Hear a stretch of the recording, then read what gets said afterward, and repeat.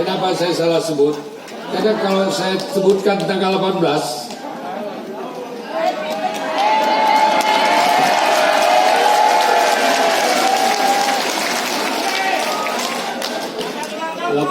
itu hari apa ya?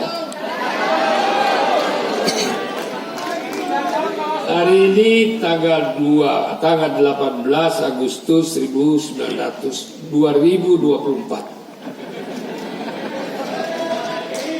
Salah dikit boleh dong.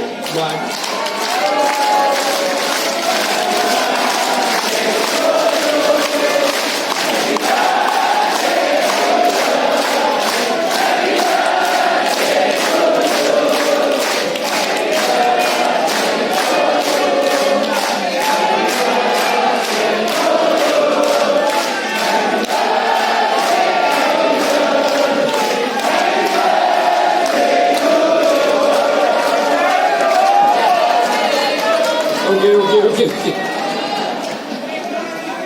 Ada kalian nakal. Baiklah.